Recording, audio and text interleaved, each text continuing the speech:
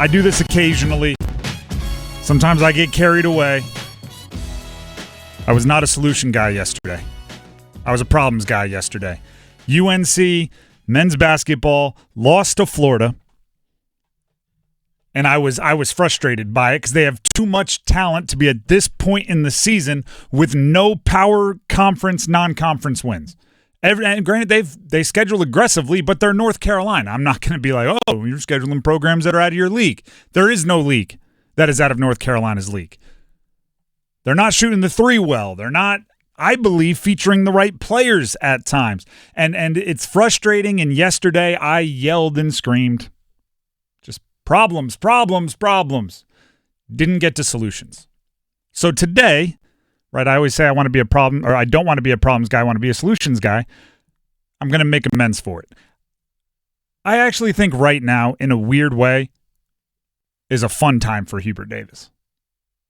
Hubert Davis is the coach of a struggling team with a whole bunch of expectations, and I think in a strange coach's kind of brain way, it's a fun time. Nothing is being protected right now. There is no reason to be conservative right now. You could argue that the UCLA game coming up on Saturday is a must-win game for UNC, right? To get that power conference, non-conference win so you at least have one, right? End the shutout so it's not an offer. As a coach, not where you want to be, but also kind of what you love, right? Something is wrong and you need to solve the puzzle. Coaches want to scheme. Coaches want to watch film. They want to figure things out. They want to have the eureka moment in a dark room with the projector ticking away where they realize that's it. You chase that feeling. I don't want to speak for every coach out there because, winning is the most fun you can do in competition. But autopilot isn't fun. Right? Hey, we have the best team. They're so overwhelmingly good. I roll the ball out there. I've already taught them the basics. I've taught them the system.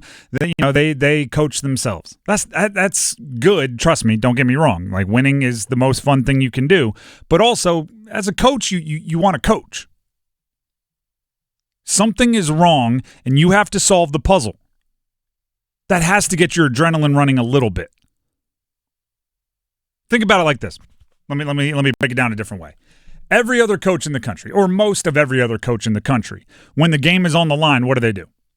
You draw up a play to get a shot, an open jumper, put the ball in your hands of your best player.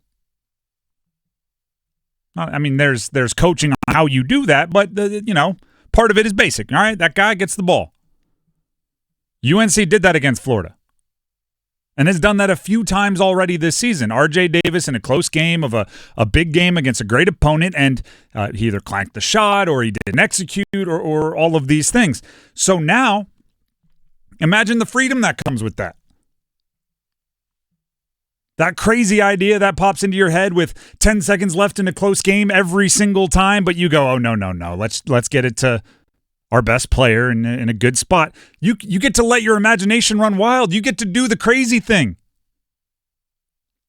You want to start Ian Jackson, your five-star freshman who for some reason is never in the starting lineup. You want to start Ian Jackson and run the entire offense through him? Why not?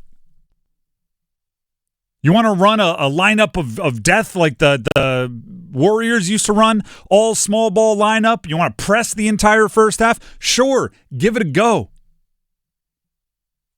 Do you think any of your established veterans can realistically look at you and say, stop messing with what we're doing, it's working? Because guess what? It's not. Yesterday I was, sounding alarms. When alarms go off, you do whatever you got to do, right? When alarms are sounding, hey, do I have to grab somebody and carry him out of this burning building? When alarms are going off, you get a little bit of freedom. Hubert Davis should be, right? And like when I say it's a weird fun, the reason why I put weird there is because it's stressful, it's high pressure, it's not what you hoped for. You would never go into there's a part of, and I actually hate this debate when people are like, would you rather lose by 1 or by 40? I'm always like, by 1. I want to be in the game. But a coach will take a 40-point win every single time, right? If before the game you get to ask them, do you want to win in a blowout? They're going to say yes every single time. But there also has to be part of a coach that loves a one-possession game. Right? There has to be a part of a coach that loves the scheming of a back-and-forth battle, whether you respect the other team or not, whether you think they have the same amount of talent or not. You have to get your adrenaline flowing by that. They're a lot more fun. Yeah, in a weird way, they're a lot more fun. I speak from experience. It's a lot more fun. So a lot more stressful, but also a lot more fun. Like that's kind of where you're at, right? Now it's you could be winning every game by 40. And that's what you'd choose if you could choose. If you could write the script, that's what you'd be doing. But at this point, it's draw me something up. Try something. Like I said, there's nobody in that team, nobody in that locker room that can realistically look around and saying, what I'm doing is working exactly how we drew it up. Don't change it. And this isn't Hubert Davis isn't a new coach, but I do sometimes feel for new coaches that take over teams that have been playing really, really well. Because I'm going like, you don't want to be the dummy that changes things, right?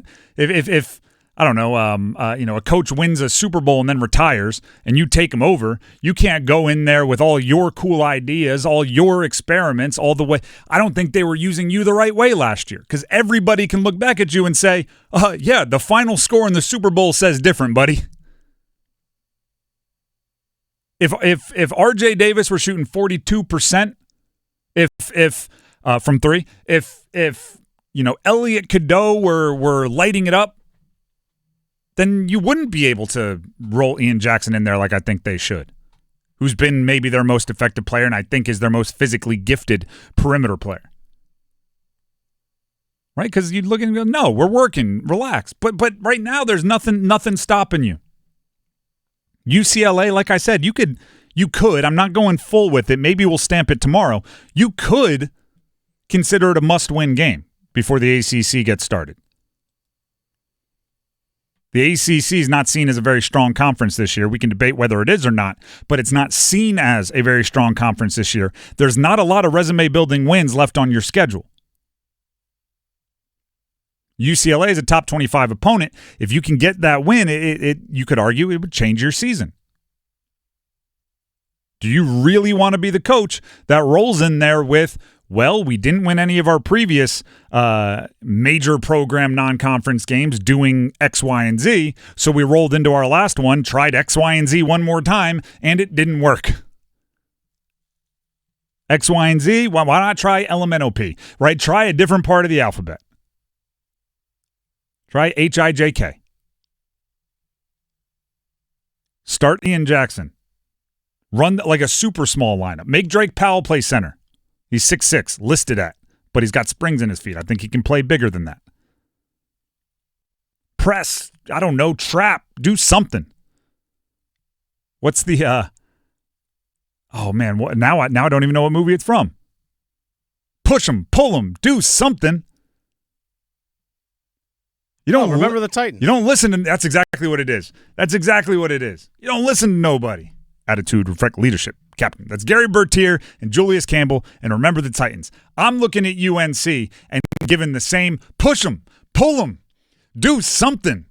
Just don't go out there and do the same thing you've been doing, because the results, right, the scoreboard, your record shows that's not going to get it done against major conference opponents.